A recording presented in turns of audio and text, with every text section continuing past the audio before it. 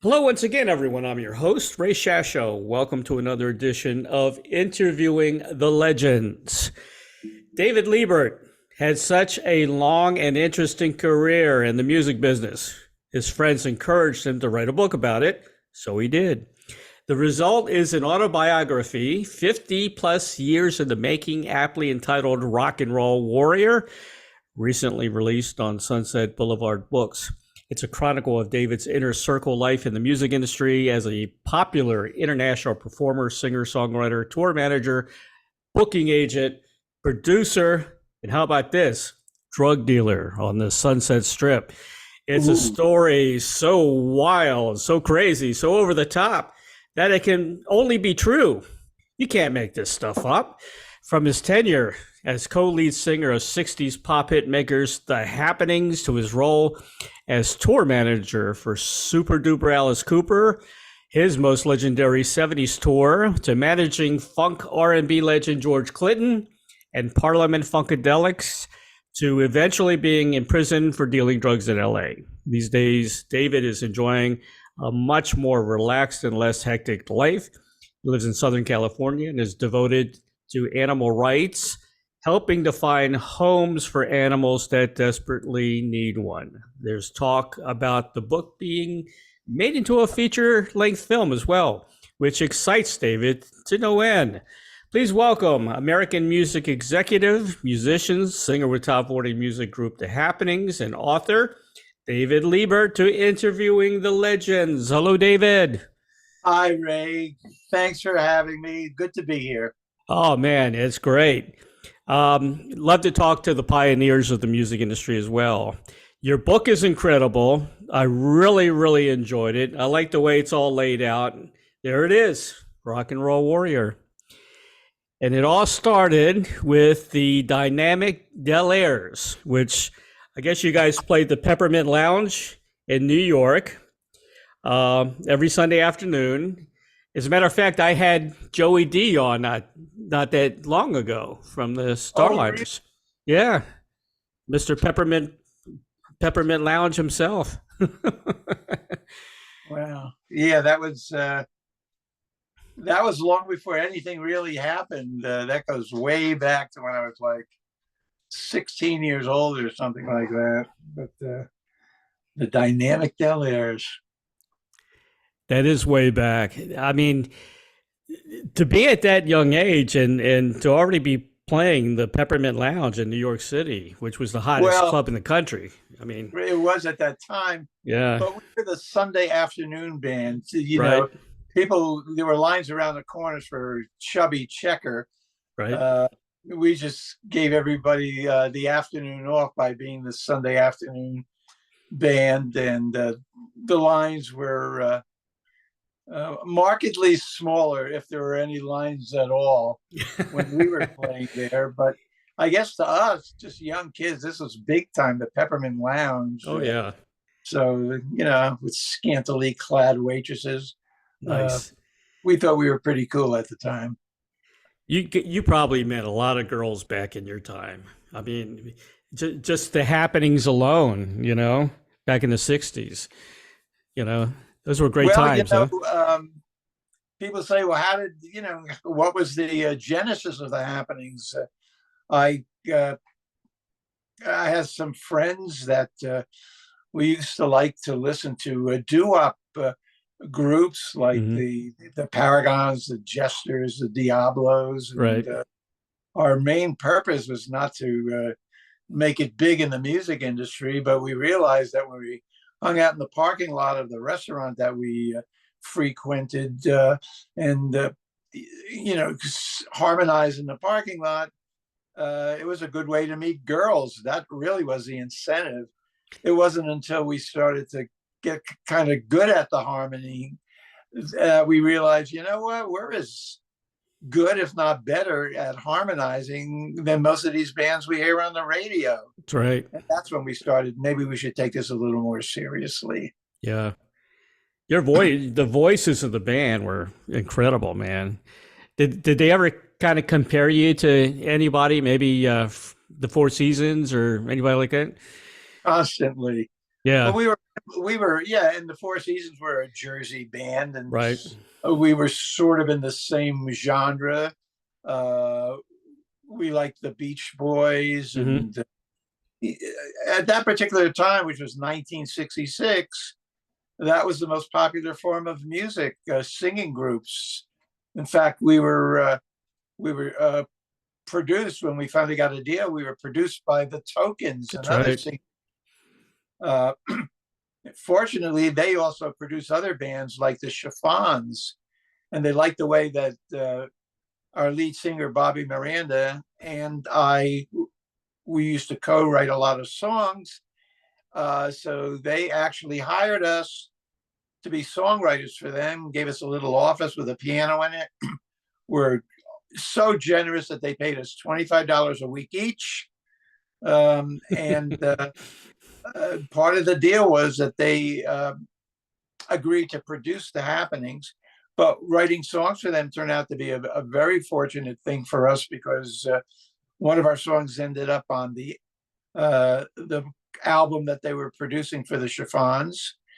That was a big deal. And if that wasn't a big deal enough, one of the few songs that Bobby Miranda had written caught the eye of the producer of Jerry and the Pacemakers, Hmm. the band. They decided to make that song their next single release. And the reason I say that was really a big deal and kind of put us on the map was because Jerry and the Pacemakers producer was a fellow by the name of George Hmm. Martin, who was in fact also the producer of the Beatles. Yeah. So this was just, almost beyond belief for us. Who was the one that noticed that song? Was it George? I think so. I mean, he was Yeah. the one who decided what they recorded, and of course, we never spoke to George.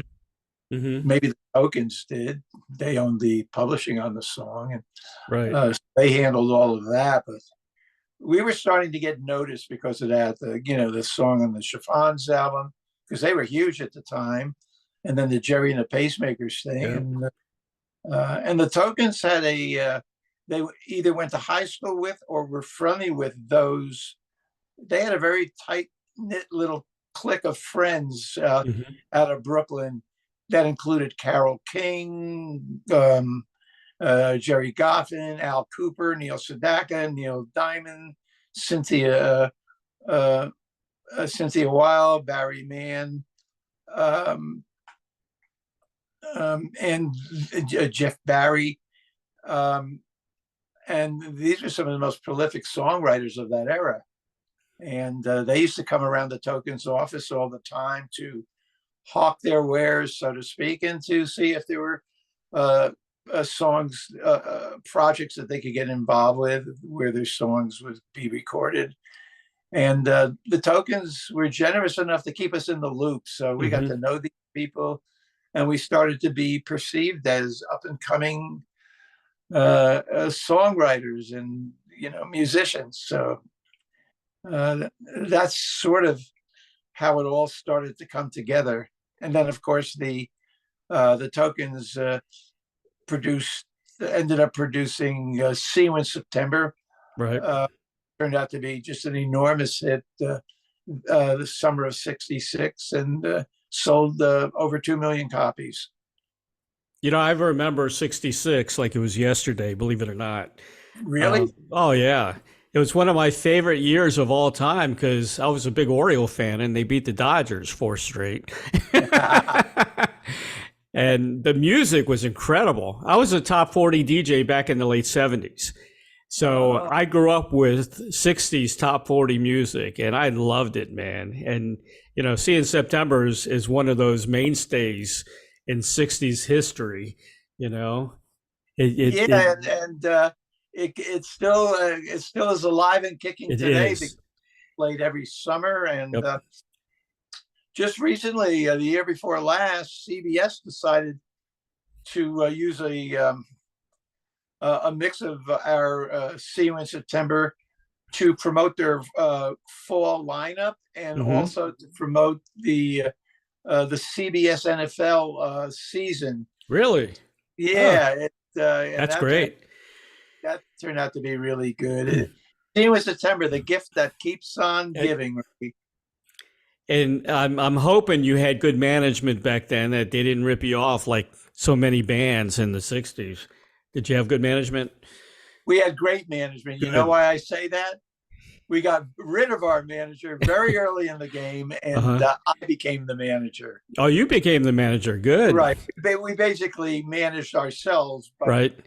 I did 99% of the assumed 99% of the managerial Right. responsibilities, and dealt with the the booking agency and concert promoters and the record company and the distributors and the PR firms, which gave me a pretty sound basis of how it all worked, Mm-hmm. the infrastructure of the music industry, which turned out to be pretty much the education that I That you needed needed. Yeah. to succeed beyond my life with the happenings. That was very smart, by the way, because so many young bands, they're so happy to have a hit record, or to be considered, and they don't, really understand the music, the business part of it, and they just forget it. They said, "No, I'll leave it to this guy. I just want to play music." But you took it to for yourself to take control, which was incredible. Yeah, I don't think I was a visionary. Right. We really didn't have much of a choice. We didn't have a manager, and Yep. I had become friendly with our booking agent, and Mm-hmm. he sort of encouraged me, why don't you just do it? And, I'll help you here and there. And yeah, it turned out to be great. Sure. Because there was a point where I decided I didn't want to be in the happenings anymore. Right. I wasn't, I realized that my future was probably on the other side of the microphone. I could Yep. manage other bands. I could do other things within the music industry. I was pretty sure, Ray, that I couldn't be a happening forever. Right. And so I decided to garner as much experience and knowledge as I could, and I'd be able to apply that to things in the future as they came up as opportunities, which is really kind of what life is all about if you Mm-hmm. want to be. So that worked out fairly well. Well, that was a good move because you were right. I mean, the happenings could go so far, and that was it because the music changed. It got more into the album rock, 69, Yep. 70. Not many guys could make that transition. I mean, Tommy James did a little bit, Yeah. but not too many of those 60s bands could make that transition, which was very, very difficult to do. Well, it was at that moment where FM radio, which up until that time was a pretty much unlistened to radio frequency band, Right. came into great prominence for the evolution of music, as now there were, AM unfriendly, Mm-hmm. album orientated bands that were coming into view, and FM radio was the conduit for them to display their wares. Mm-hmm. And I wanted the happenings to do what we did best, which was harmonizing and apply it to more contemporary themes and structures. Pretty much what Crosby, Stills, and Nash were doing at that moment. Right. And the happenings really didn't want to do that. They felt it was a far more enduring quality in continuing to play colleges and nightclubs. And that's Mm-hmm. really why I left. Yeah. Yeah. Well, you made a good decision, I think. I just want to mention, before you got in the happenings, you were in the Air Force. Nobody knows this unless they read the book, that you actually worked on B-52 bombers. I did. That's true. And you were an engineer, basically. You worked on radar and, is it pneumatic systems? Is that what it is? Yes, exactly. Pneumatic systems, yeah. On the back of a B-52 is I don't know what's on the back of a B-52 today, but in those days, there was a pneumatic turret that had 450 caliber machine guns attached to it. Wow. And it would seek out enemy fighters closing in on them from the rear. And it was all controlled by a radar. The acquisition system was radar controlled. Yeah, and that's what I worked on. Unfortunately, I also worked in a band. I had my own band there, the Dave Lee Quartet. Okay. The Dave Lee Quartet featuring Henry Sanchez on saxophone and another guy in the Air Force. And I was playing till 3, 4 o'clock in the morning. It was becoming very difficult to get to work on time. And finally they said, Airman Libert, you show up late one more time, we're going to throw the book at you. The next day I showed up late and they threw the book at me. I don't know, Ray, they just couldn't seem to adjust to my schedule. It was, the Air Force isn't as flexible as I thought they might be. Yeah. I don't think the military was too kind with Jimi Hendrix either.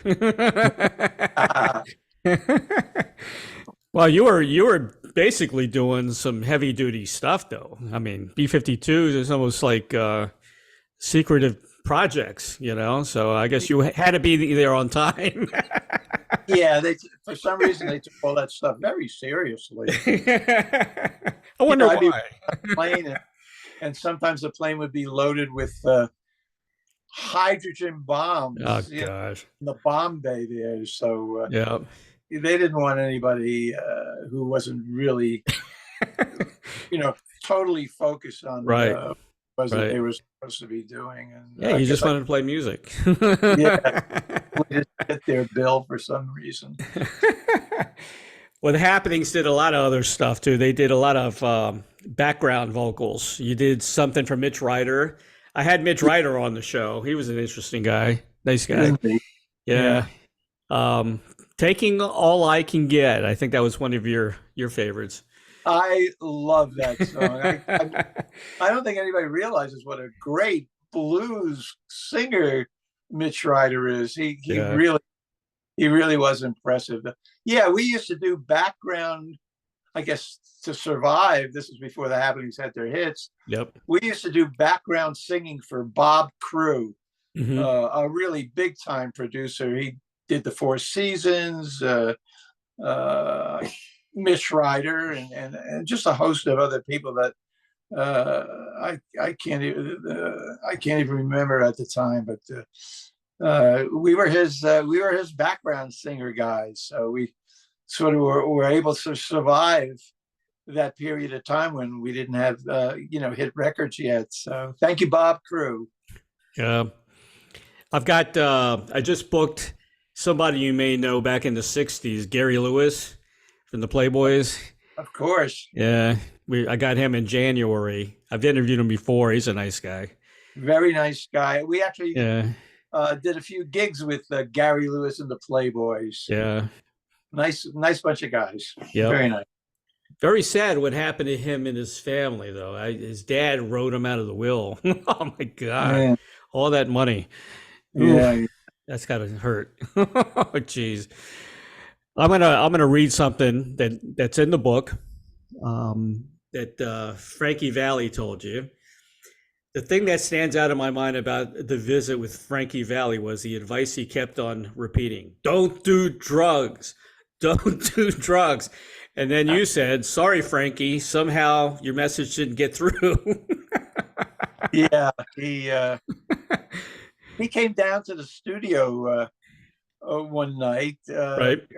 He was curious about this upstart group from New Jersey, which is where the Four Seasons are from. And he was a lovely guy. He was very friendly and supportive, and he was very curious about us. And it was just, we were just almost overwhelmed that somebody of his stature would have any interest, in coming down to check us out. And don't do drugs. And somehow or other, we didn't get, not that we were just crazy drug free. No, we smoked a little weed, and I guess later on when we became more successful, I guess we threw a little coke into the mix as well, which was very commonplace for a rock band. Oh yeah, 60s. Yeah. Definitely. Well, acid was the number one drug of choice, I think, in the 60s. Well, we did that. We did that too, Ray. Yeah. And I think I talked about that in the book as well. I don't Uh, know how musicians could, trip on acid while they're playing in front of a live audience. That's got to oh, be I couldn't do that. That's for really. sure. No, Yeah. I was pretty much straight laced when it came to performing on stage. It Yeah. was too much that you had to think about what you were doing, and you sort of had to get into the zone, and that meant control. At least from my point of view, Hmm.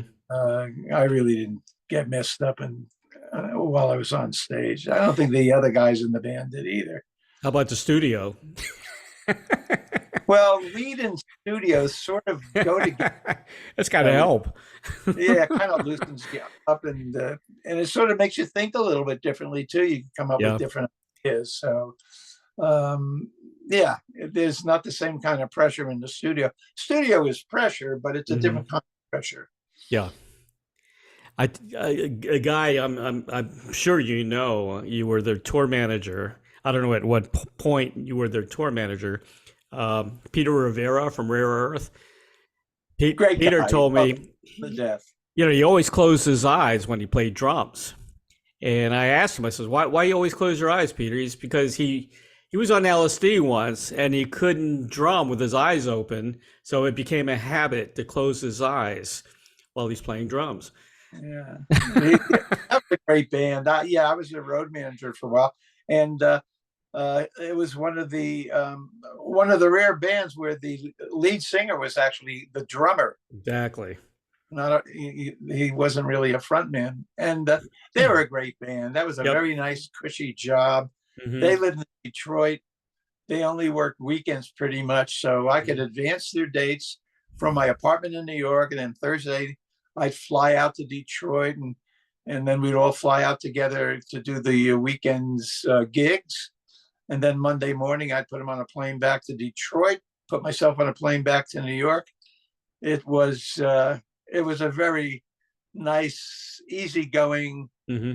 fun gig, and that went on for several very pleasant months. And then one day I got a call from Johnny Podell, Alice Cooper's booking agent, and he told me they were looking for a tour manager. Would I be interested? And I was, and I got hired. And I remember that first gig in Atlanta, Georgia. And my Shep Gordon, Alice Cooper's manager, said, just observe what's going on, and you'll get the hang of it. My first perception was 30 or 40 people, crazy, insane looking people crawling over all of this gear and equipment like giant insects. And I said, oh my God, what did I get myself into? I left my nice, cushy job with Rare Earth. This insanity. Ray, I thought I made the biggest mistake. But after a few days, I did start to get the hang of it. And Yep. things started to fall into place. And as crazy as these people look, they were extremely professional, Yeah. very good at their jobs. And it turned out to be a life-changing adventure that I will cherish. And of course, all of that is in the book. The whole Hmm. Alice Cooper portion of the book turned out to be great. Yeah. You said there was no job manual, no job description, and no No, one telling me what the job was all about. I really didn't know what I was supposed to do. And you had to be But in complete control of the traveling circus. These yeah, all from the and book.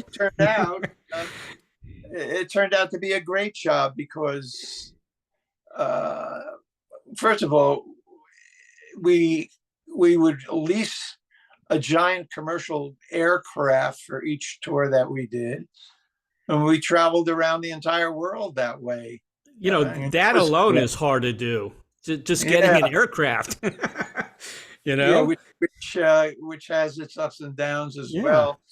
And these are pretty tough people, and I realize I got to be tougher than them. I really have to be in control, because the previous tour manager, they just simply ate them up alive and spit Really. out the pieces. I was determined that it was not going to happen to me, and Hmm. one of the things uh, was to make it as good as I possibly could for everybody on the road. Hmm. And not only that, to make it as much fun as I could possibly make it for being on the road. Sure. And I think the whole mission, besides all the responsibilities that went with the job, was to make people happy that I was there. Right. That's real job security. And we did. I bonded with everybody. They were happy I was there. I made it fun. We had a great time. The camaraderie, all of that was infectious. Just one huge family, and I did that for 4 years until I was just completely burned out after. Oh yeah. Yeah.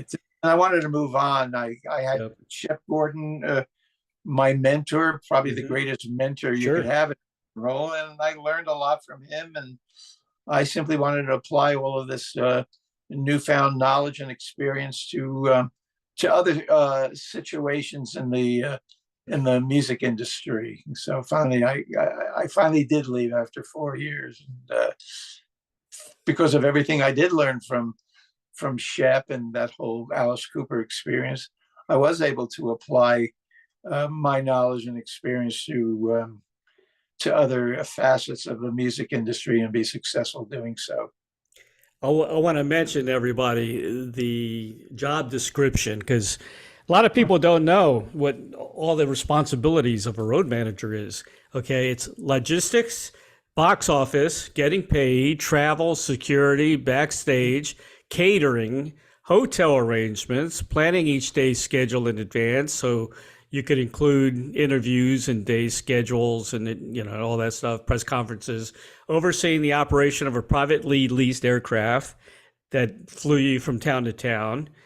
Yeah. I mean, it was everything. It was incredible. That's a tough job, man. I'm telling you. It is, and it was my job to make it run smoothly like a well-oiled machine. Yeah. And in order to do that, you needed the cooperation of everybody. They had to be Right. really, really good at what they did, and but these people, they took a tremendous amount of pride in their jobs. And when Alice was on stage, he depended on these people. There were a lot of props and special effects, and these people that ran all these people, the people that worked under me, bent over backwards to make sure that nothing went wrong. They didn't want Alice to stand there looking like a jerk in the middle of the stage. So they did everything humanly possible to make sure that nothing went wrong, and rarely did it ever go wrong. It was a well-run, smooth operation, I'm happy to say. And that was my job. The crew, I mean, I give the crew a lot of, I mean, when you see all these big semi trucks rolling in and then set up, take it down, and then go to the next city. I mean, that's, they don't get enough credit. They really don't. No, Yeah. they don't. And Alice Cooper, well, we ran it a little bit differently. There was no separation between Alice and the band, right, and the crew and the people that worked. And we had dancers and, pyrotechnics people. We all flew on the plane. I had hired some of my friends from back home, guys that were into construction. One guy was an electrical contractor, hardworking guys, and I knew they would be a welcome addition to the crew. And it was all family. The first thing they did was to make sure that everybody flew on the plane. Nobody drove in. When I first got the job, a third of the crew on a rotation basis had to drive in the trucks with the truck drivers, because somebody had to be there to get all the stuff out of the trucks in order. And the first thing my friends did said, no, I'm going to teach the truck drivers how to unload the gear and load the gear in the trucks, and every piece of gear is going to have its own place in the truck and right, proper orientation. And the truck drivers aren't going to mind. They have to be there anyway. And it really shortened the amount of time that they did have to be there. All they had to do was tell, the union loaders and stagehands, as each piece of equipment came off the trucks, where it was supposed to go. The lighting, the sound equipment, the musical gear. So when my guys showed up, it was all laid out for them. They just had to put it together like a big construction set. And these guys actually cut the loading and unloading and setup time by 75%. And nobody ever rode in the trucks anymore. And they got to fly on the plane every flight, not just, every third flight. So that's what I'm saying, to make it as smooth and less grueling, because it's grueling under the best of circumstances. Being on a tour like that is really quite a physical exertion on a lot of different levels. And I tried to make it as smooth and easygoing as it could possibly be, and I think I accomplished that. I think probably one of the disturbing parts of the job, and frustrating part of the job is if one of the band members is really drugged out and not ready to go on stage, and you got to play babysitter and watch these guys. Did you have any issues at all? I know Alice didn't do drugs, but he did drink a lot. Yeah, he did, but no. If I had to pick the easiest person to deal with on the road, it would have to be Alice Cooper. It's Alice, yeah. If he was asked to be in the lobby at 8:22 in the morning, right? Alice Cooper was in the lobby at 8:22 in the morning. Huh. No, he never let his drinking or anything else interfere with the job at hand. The rest of the original band, they were pretty good too. But every once in a blue moon, I would kick down a hotel room door and get the guy up and running. But because of the environment that we created on the road, if you really stepped out of line, anybody, band, crew, it made it difficult for everybody else. And nobody wanted that kind of anger focused on them. So you couldn't just, mess off and get away with it, because you'd have everybody down your throats, because everybody took it personally. I sort of made it that way so that they wouldn't do that. And rarely did anything like that ever happen because of that. Could you find these guys like in football and all that, or was not a thing? No, no, we didn't do I that. find you 10 grand. Yeah, I know a lot of bands do that, but no, we didn't do that. We just made, if somebody really screwed up, life was made absolutely miserable for them. Nobody wanted to screw up, because nobody wanted to endure the wrath of an entire tour of 40, 50 people. So nobody was ready to do that kind of thing. And like I say, once or twice, maybe in the course of my association with Alice Cooper, I had a kick in a hotel room door because they simply wouldn't respond to the phone call or the knock. And then everybody was mad at them for about 3 days. So they didn't want to do that again either. And that's sort of the way I kept control over the situation, was to create an environment like that where you would have hell to pay if you screwed up. Yeah. I haven't had Alice on the show. I've for some reason, I haven't been able to get him. I had Neil Smith on the show and Steve Hunter. Neil Smith is a great guy. He's a lot of fun. Yeah. Some of the crazy things in the book that during the Alice Cooper period, first of all, somebody told you, "Look, David, a full-scale riot." Yeah, that was Shep. Here was a lesson learned. When the show came to an end, and the band walked off the stage, there was almost always an encore. The band would come back out, and after a minute or two, and but for some reason or other, this was at what do they call it, Olympic Arena in Detroit. Alice didn't want to come back out. Every once in a blue moon, he was either exhausted or maybe he hurt himself from all the physical stuff he had to do on stage. Right. And then, we turned the lights on and that would be the end of the show. But he couldn't make up his mind on this one. And so the audience was left for several minutes in the dark, waiting for the band to come back out again. And Alice said, should I come out? And he goes, all right, no, show's over. I'm not coming out again. So the lights go on, crowd went berserk, and they started throwing all of the chairs all over they all ended up in a big pile in the middle of the floor. And Shep Gordon happened to be at that gig that night. He wasn't on the road all that much, but he was there that night. And I remember standing there in the middle of the stage and next to Shep, watching this all unfold. And he turns to me in his very soft-spoken, casual demeanor, pretty much Shep Gordon's default mode, and says, look, David, a complete riot, a total riot. And we just stood there and watched it because there wasn't anything we could do about it. Yeah. But what we did do was create a new rule. When Alice came off the stage, he had to decide right then and there if there was going to be an encore. So if there wasn't going to be an encore, we could immediately turn the lights back on and play the exit music over the PA. And so everybody knew the show was over and they weren't forced to stand in the dark for several minutes waiting for the band to come out. So that's what we learned from that incident. You should have done the same thing Elvis did, Elvis has left the building. Yeah.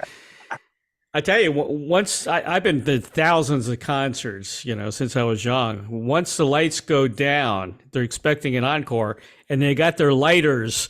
That's it. Yeah. You got to come back out again, man.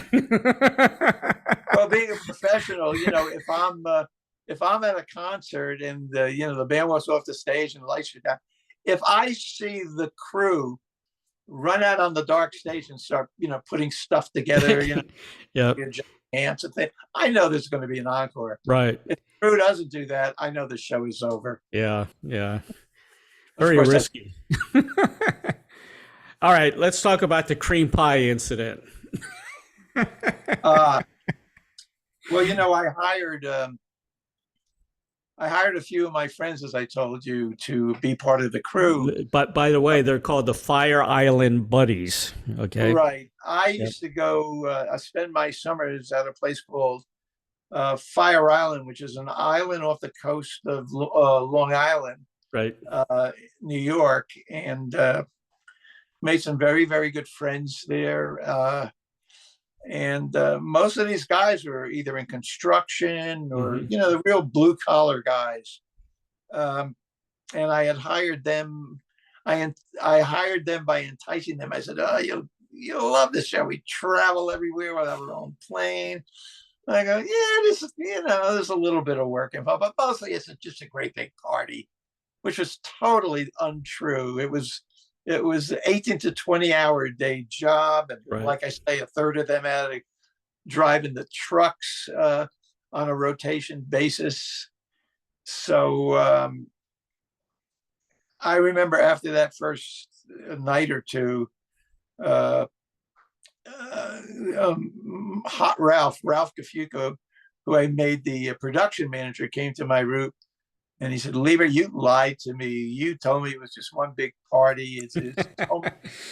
It's almost beyond endurance what we have to do, Sure.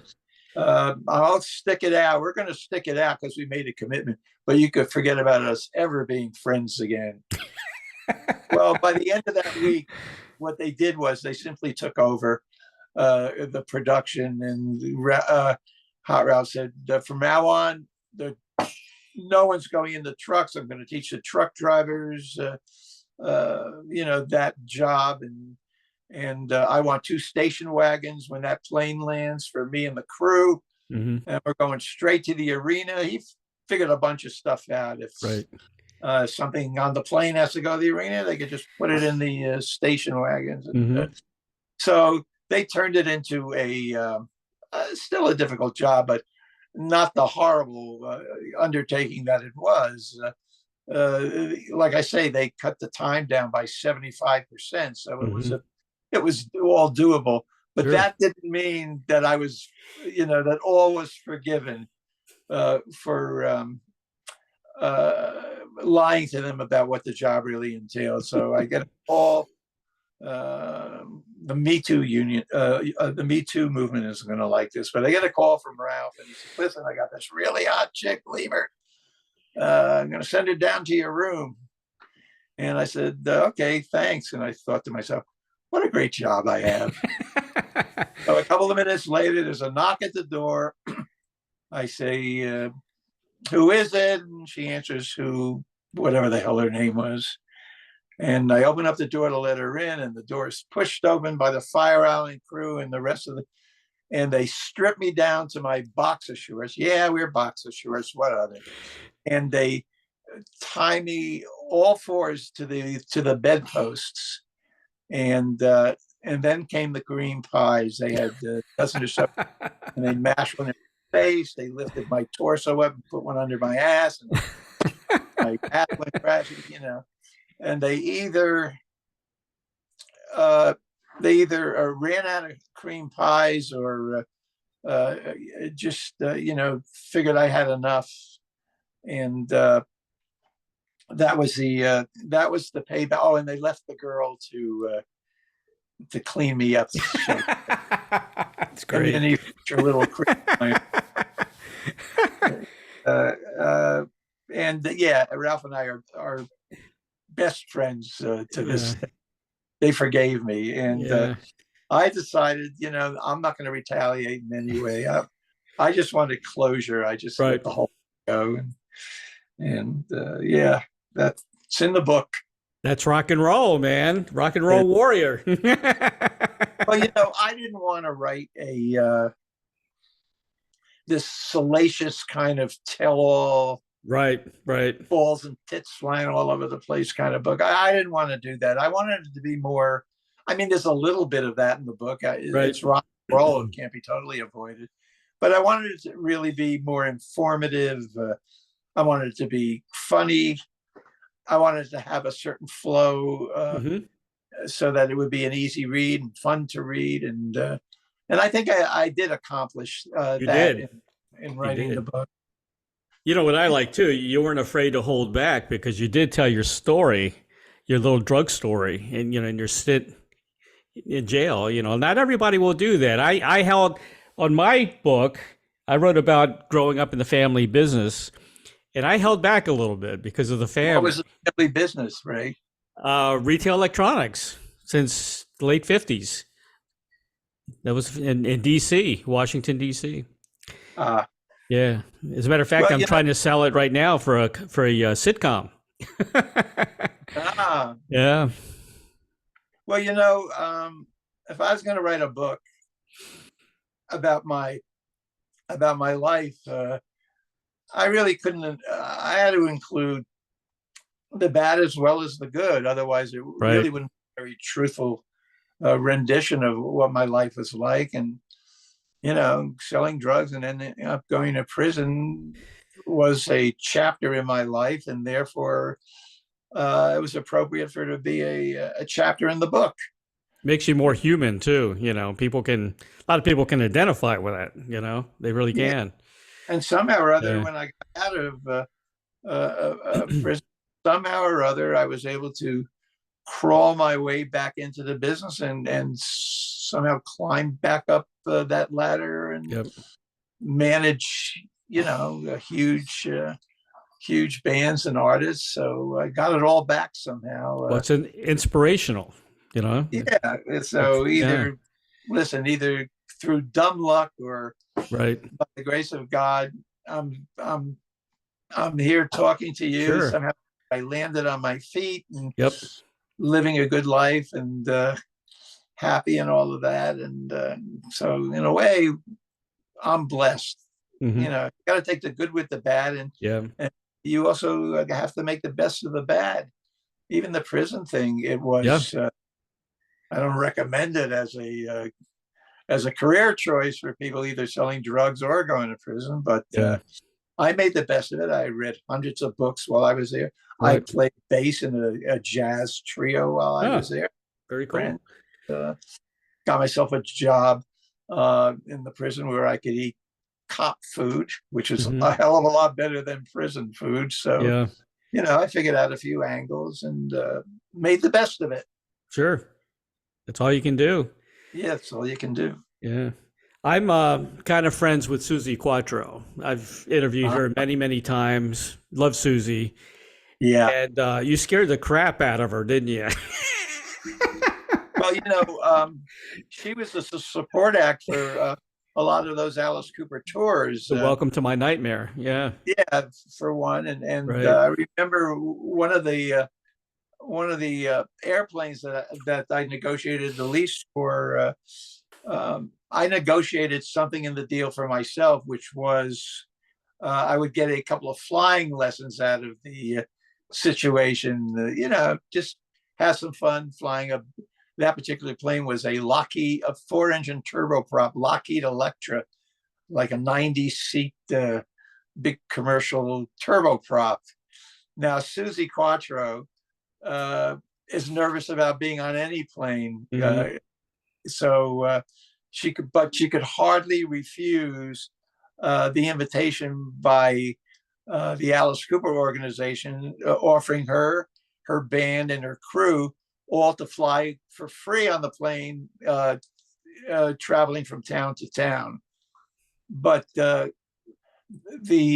prospect of David Libert flying the plane was more than she could really deal with. And I remember after that first lesson, and by lesson I mean the plane takes off, the pilot and co-pilot and navigator are flying the plane.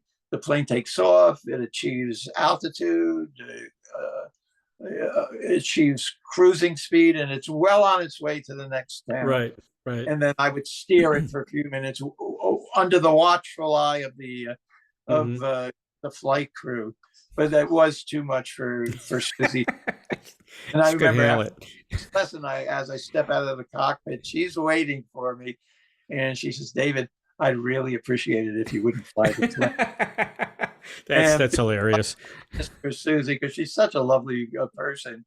Yeah. And having satisfied my curiosity of what it felt like to steer a great big plane, for her sake, I decided to become strictly a passenger once again.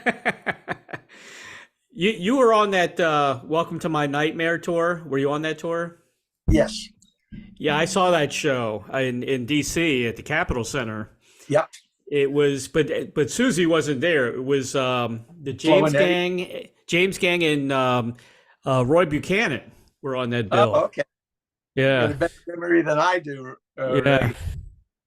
And I was on the third row, as a matter of fact, for that show. That was a good show. That was a great concert.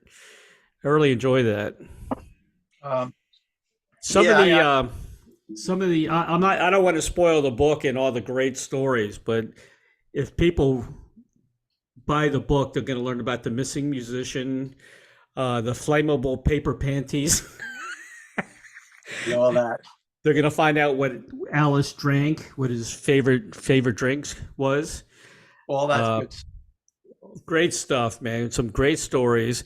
I do want to mention George Clinton. I saw the Funkadelics. Listen to this. In 1973 in Baltimore, it was Rare Earth, the Funkadelics, and the Ohio Players. I was the only white guy there out of 13,000 people. I know that feeling.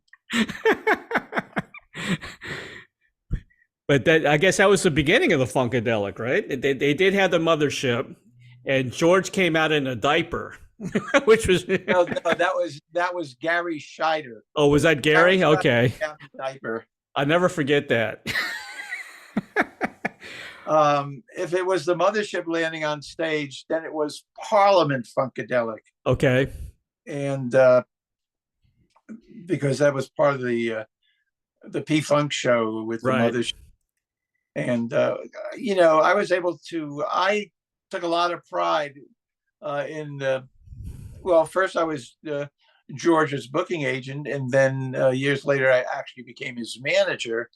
And I took a lot of pride in working with George because, he's so innovative, yet he's so street. He has a real street mentality, but he had great vision, great ideas, and because the Alice Cooper organization, the touring was such a well-oiled machine. I was able to apply a lot of those things to his production because he had a pretty complicated production. He had a spaceship that landed on stage. Definitely. So I was a bit of a hero there, certainly in the beginning, because I was able to smooth out their insane operation to a great extent and made life a lot easier for everybody on the road. So I was looking good there. Oh yeah, especially in the beginning. I always thought he was the Frank Zappa of funk. He had the different avant-garde style of music. Yeah.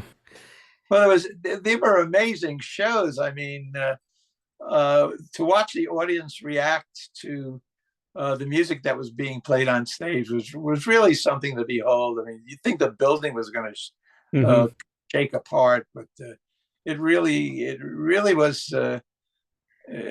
something to see and to be a part of. I took an awful lot of pride in being part of that whole P-Funk journey. It was pretty amazing, really.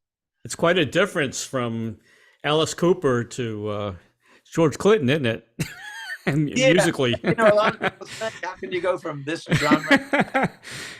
What people don't understand, I suppose, is most of what happens beyond, behind the scenes, like booking and logistics and management, is applicable to pretty much every genre of music. It's all applicable, and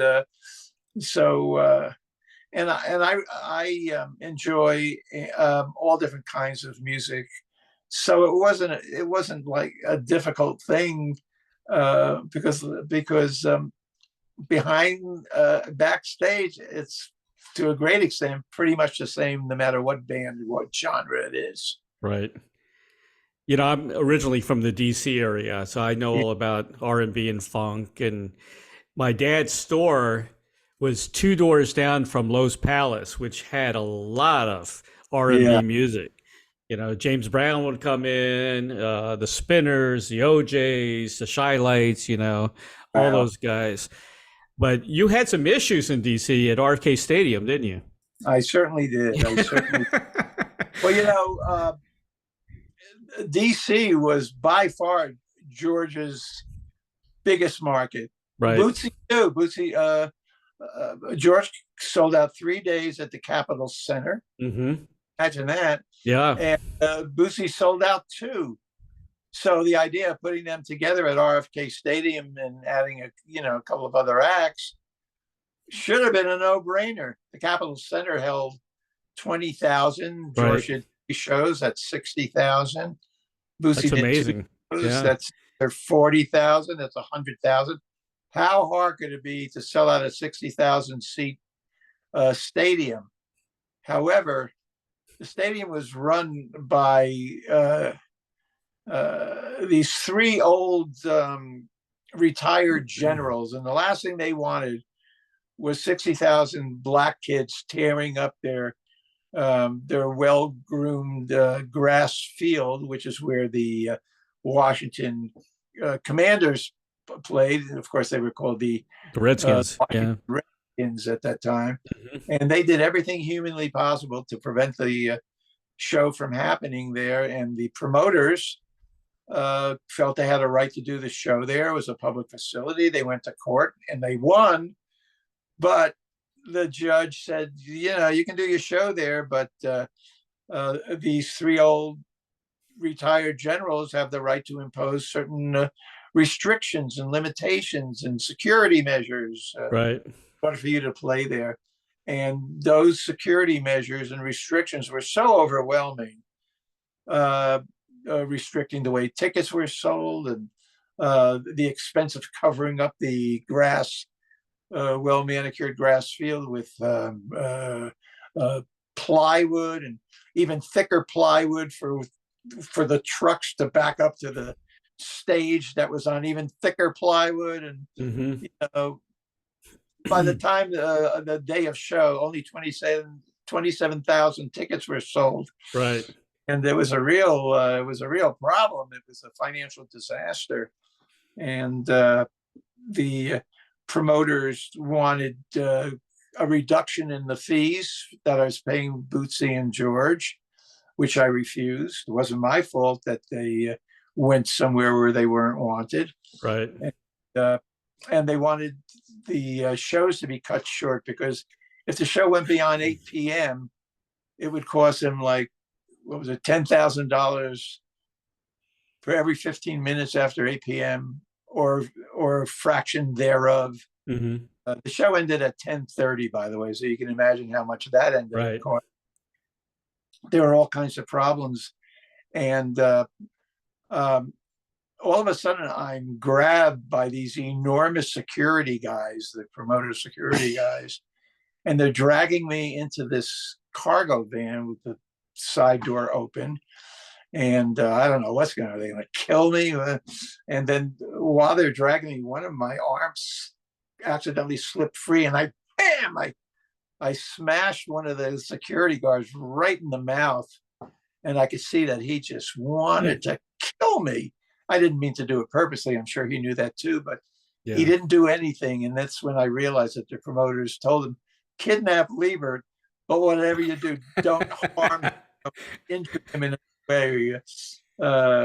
So that's when I realized I wasn't going to be hurt. And they threw me in the cargo van, took me to this nondescript motel, and they took me to this room, and there were the promoters. And they, David, we can't sustain this kind of loss. And, Ray, I don't know if I'm just cold-hearted or just a good agent looking out for my my clients, but I said, they're not going on until I have the cash in. Sure. No way in hell they're going to hit that stage. And they're not getting reduction. And the longer we're sitting here talking about it, the more money it's costing you. And by the way, I was taken here against my will. Surely there's a felony, a crime committed in all of this. And, they said, well, we didn't know you were taken against your will. I said, yeah, well, that means I could leave then right now, of course. But before you go, can you please? Anyway, by the time I got back to the stadium, their accountant was waiting with the cash in hand. The show went on. And it was a disaster for them. It was a great show for the 20,000 people that showed up. And these promoters ended up doing lots and lots of P-Funk and Bootsy shows afterwards. They survived somehow. Yeah. But, that was quite a fiasco, let me tell you. Yeah. It's a tough business. It is. I wanted to get into concert promoting at one time, but then I figured, What, you crazy, Ray? I know. So I admired the guys from Cellar Door Concerts, who were huge in DC, and then they expanded out. But they started out with a little club in Georgetown. Jack Boyle. I admire those guys. These guys were great. Yeah, and we did they did a lot of. I did as a booking agent. Did an awful lot of business with them. I mean, they were the go-to guys. Right. In DC, so they did a lot of Alice Cooper dates and a lot of the other bands that they were good that I represented. Yeah. They were the go-to guys in the DC area. Yeah. You had a little tiff with Bill Graham, didn't you? It's in the book. He had some disparaging things to say about Alice Cooper in the beginning. He thought that the whole thing was disgusting. He really didn't understand it was all really tongue-in-cheek. Huh. So you say, I'll never get involved with this band. But then all of a sudden, Alice Cooper became an enormous band. Now he wanted in. Yeah, of course. Shep Gordon, Alice's manager, certainly didn't forget what Bill had to say publicly about Alice, and but he, Bill Graham pretty much ran the Bay Area. Yeah. And the promoter really had much of a chance to do any shows there, but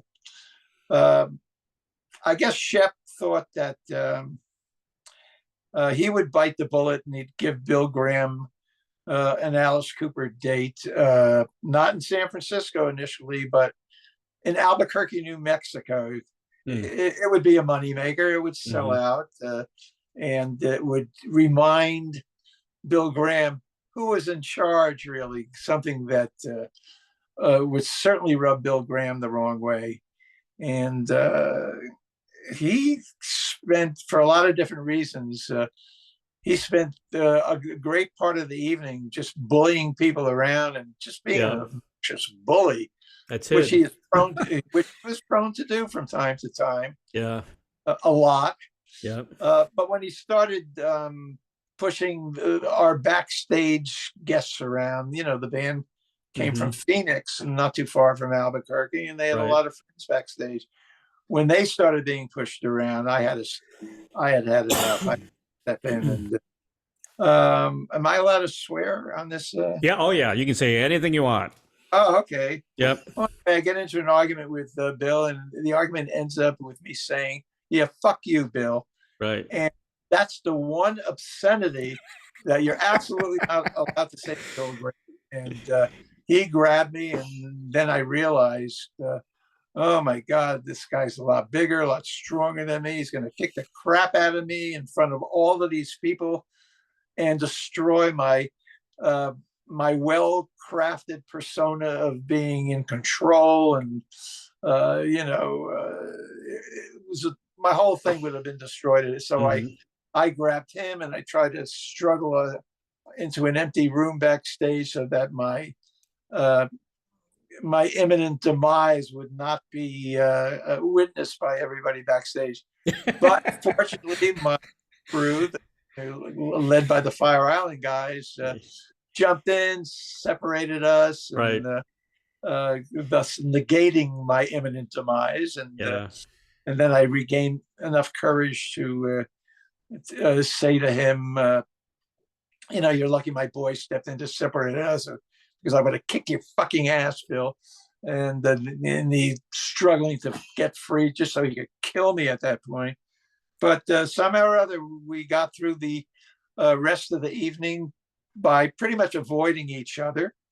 And I must say, I got to give Bill Graham credit. A couple of weeks later, he called the office and to speak to me about something unrelated, and never mentioned the incident, and was, civil and businesslike and all of that. And he went on to do lots and lots of Alice Cooper shows and Parliament Funkadelic shows as well. And so I got to give him credit. He doesn't hold a grudge. Yeah. Yeah.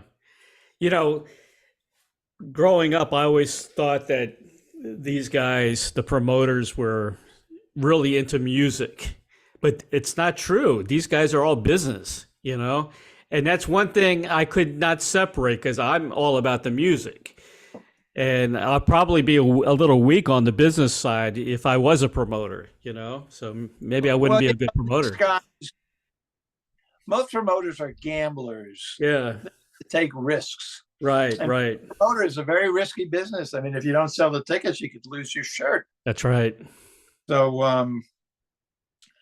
it was more about not losing money and making money than anything else, really. They looked at the data. This band is really big. Whether they liked them or not, didn't matter. Didn't matter. No. Yeah, that's very interesting. I learned a lot from talking to a lot of promoters in the past and everything. Yeah, it's a very interesting business. Yeah. I want to mention some of the other bands you're involved with. You did something with Frigid Pink, right? I did. When I had left the Happenings, one of the first jobs I got was working as an agent for the Willard Alexander Agency. Now, And this was an agency that specialized in big bands from a bygone era, like the Benny Goodman Orchestra, Right. Duke Ellington, the Dorsey brothers. And I was hired to bring in a rock department. That would be my job. And so the first band I brought in was Frigid Pink. Hmm. I hated this job. It was just, I also had to book the big bands. And you had Right. to get these guys on the road 6-7 nights a week, in order for them to make enough money to pay the bills. It was just, God, I just hated it. And the Frigid Pink, they were okay. Yeah. I kind of enjoyed it. They weren't the greatest band that ever They were lived. psychedelic. They had House of the Rising Sun, of course. Right, which is Yeah. ironic because I became kind of friendly with Eric Burden. Yep. Actually lives out here in the desert. He does. He does. Uh, Yeah.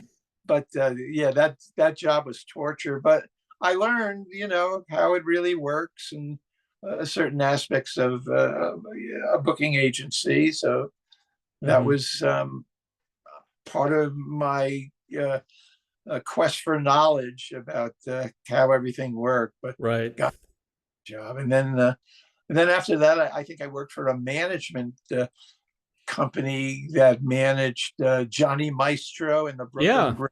The Brooklyn Bridge. And who else? The Stair Steps. That's right. Good band. All the great Yeah, bands they from the were good. 60s. That was a cool Yeah. job. And then I became the house booker Hmm. for some club in Long Island. So I did a lot of different things. And then Yeah. I think then I managed a guy named Exuma the Obia Man from the Bahamas. That was pretty amazing. Yeah. I understand And he's pretty big too. he was Yeah. well, that's a great story. He was getting a lot of airplay on WNEW, which Right. was a New big York. FM station. Yep. And they asked me, we'd like to do a concert in Central Park at the band shell. Would you be interested? Hell yeah. I mean, with them promoting the show, it would be a huge crowd. Well, huge was a gross understatement because 50,000 people showed up Wow. for this concert at the band shell in Central Park. And Huh. 15 minutes before Exuma was supposed to go on, the skies open up, Yep. a torrential rain downpour ensues, and in an instant, those 50,000 people were gone. Gone. And I have tears in my eyes. And I said, Tony, that was Exuma's real name. And I said, I don't know. And he says, don't worry, man, in his Mhm. Bahamian Accent. Yeah. melodic voices. Don't worry, man. 5 minute rain stop. Some come back out, dry everything up. All the people come back. Damn it! If 5 minutes later the rain stopped, the sun Yep. did come out. The 50,000 people did come back, and he put on a fantastic show. How he knew that, I don't know. He was absolutely certain that was going to happen. Very That was cool. an amazing experience. Very cool. Me and you got something in common. Okay. My brother, I was supposed to open up a new business. I have had other businesses. I own electronic stores. I had a full service dry cleaning plant and some other things. I was going to open up a cell phone store when cell phones first came out and they were really hot. So I asked my brother for money and he refused. And that also happened to your doctor brother. And you're going to use the money to help out an up and coming band called Guns N' Roses. The one that got away. The one that got away. Who went on to great success, of course. Yeah. And you could have been retired earlier, but that didn't happen, did it? No. I got a call from the notorious Kim Valli one night. Yep, Kim, yeah. The manager, producer of the Runaways, Right. And that I represented with my agency years Yep. before. And he said, David, go check this band out. They're just a few blocks away from you. they're living in a storage locker. This storage locker complex, actually, there's a bunch of bands living there. They live there Really? too. And go check them out. I think there's something special. They're called Guns N' Roses. So I went over there, and I was immediately blown away by this band. Yeah, they were pretty crazy, and they would party every night with all these other bands, but they also were very disciplined in that they rehearsed several hours a day. They were tight as hell, and they wrote fantastic songs, and you realize that they were really something special. And the most interesting thing, they were the real deal, and by that I mean they were the real deal. They were never not Guns N' Roses. They were always the band, whether they were together, hanging out or rehearsing, or you were just with them individually. They were Guns N' Roses. They were never not the band. You know, when I got done with my little run of dates with the Happenings, Right. I would go home and be David Libert. These guys were never like that. And I think it was that state of mind, that overwhelming confidence in themselves, Right, that they were going to make it. It was a very infectious, intoxicating elixir. You just knew there was no way in hell this band was not going to make it. They were just too positive, and they were just too good. I wanted to manage them. But it was one of those periods of my life. My life has been a series of ups and downs, right? This is one of the down periods.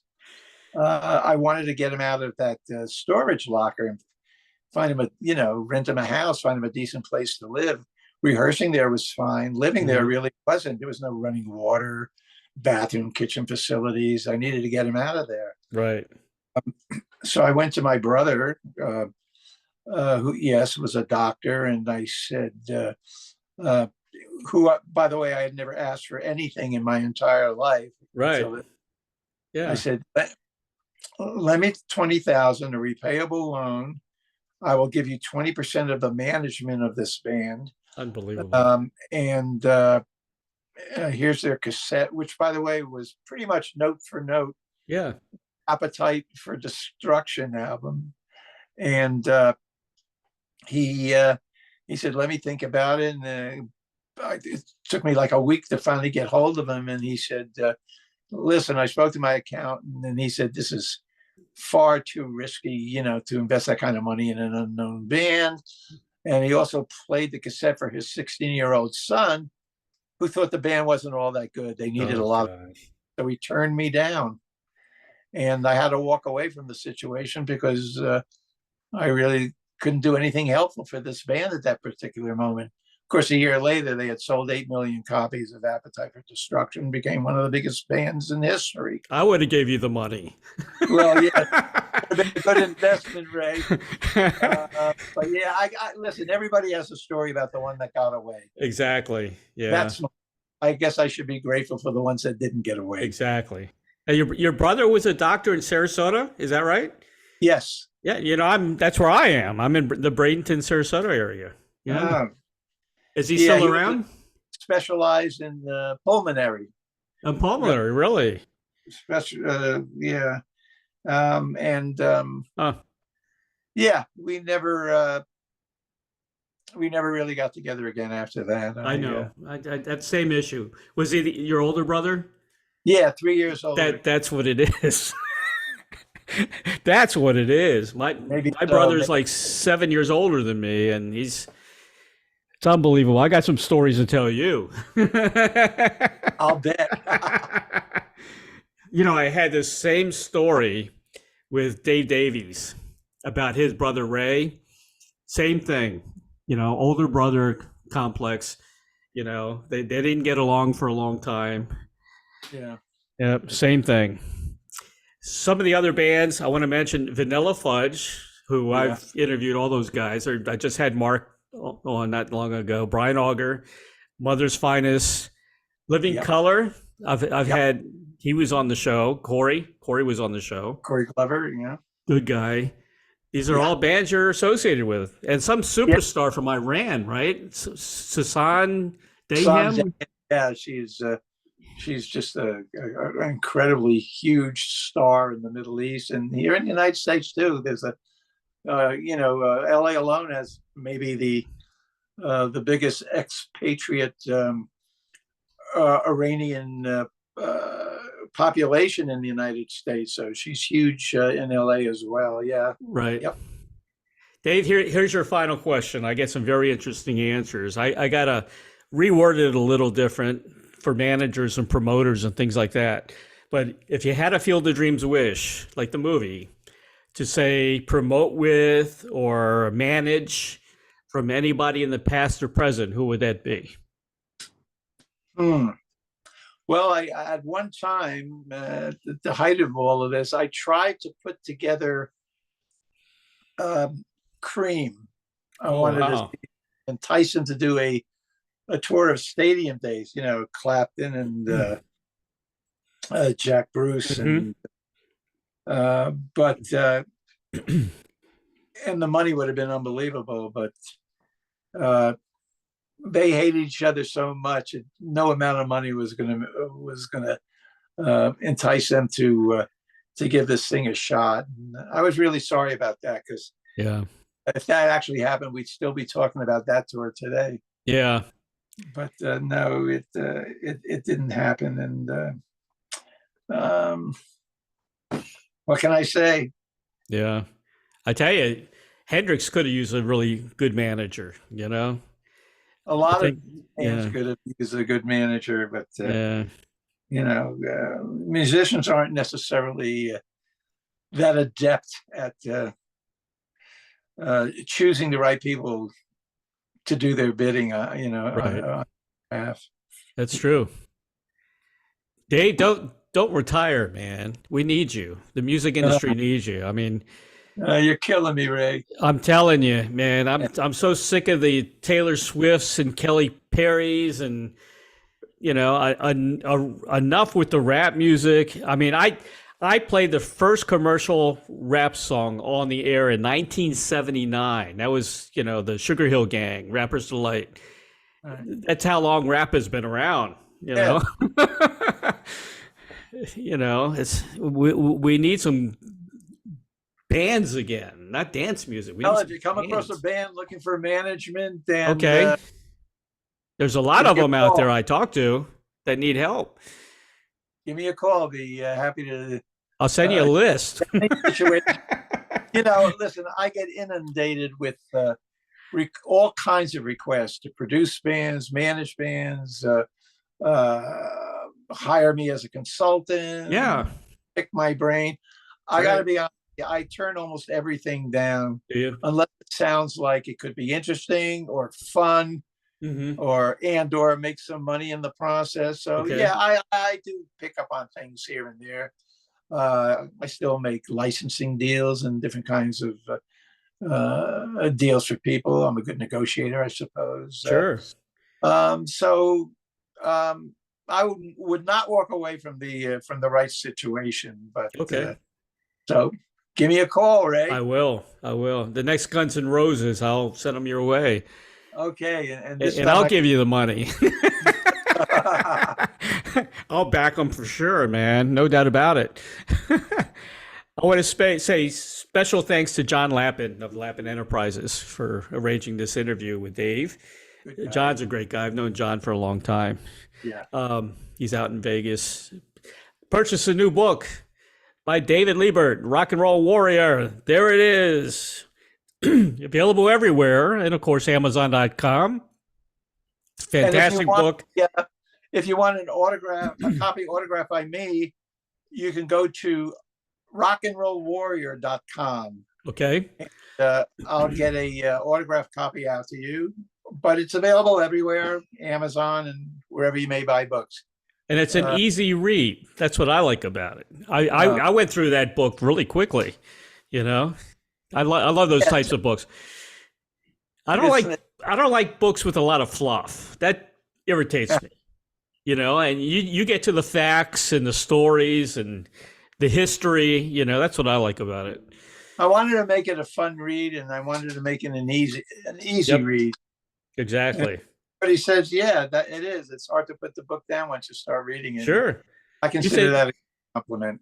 you said there was some interest, maybe turning it into a movie or something as well, or Oh God, yeah, I'm not supposed to talk about this, but yeah, they want to turn it into a movie. they No should. argument here. As a matter Yeah. of fact, I got a call yesterday uh, from David Keith. You know, David Keith, an officer and a gentleman, Oh and yeah, was yeah. a Baker and fire starter. He goes, I want to play Shep Gordon. I said, where did you hear of that? You want to play Shep Gordon because you're tough and you just want to play a nasty guy. He goes, a good typecasting, David. So yeah, there's tremendous interest, and wouldn't that be something? That'd be I think great. it would be the final highlight of my life. Yeah, I'll come to Apparently, the premiere. chance it may not be. Yeah. Who any ideas who would play you as a young David Libert? I think it should be Brad Pitt, but Right, there you go. Quasimodo or Pee Wee Herman. Pee Wee Herman. I don't know. Whoever they want, whatever they want to do is fine with me. Actually, Pee Wee's not a bad actor. You know, oh, thanks a lot. he was good in Blow. You know. Yeah, he actually was, wasn't he? Yeah. I don't know. It's almost more than I can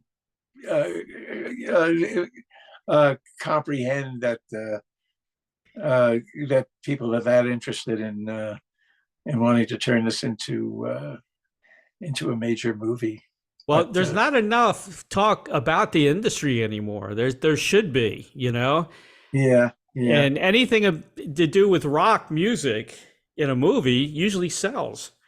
So makes sense to me.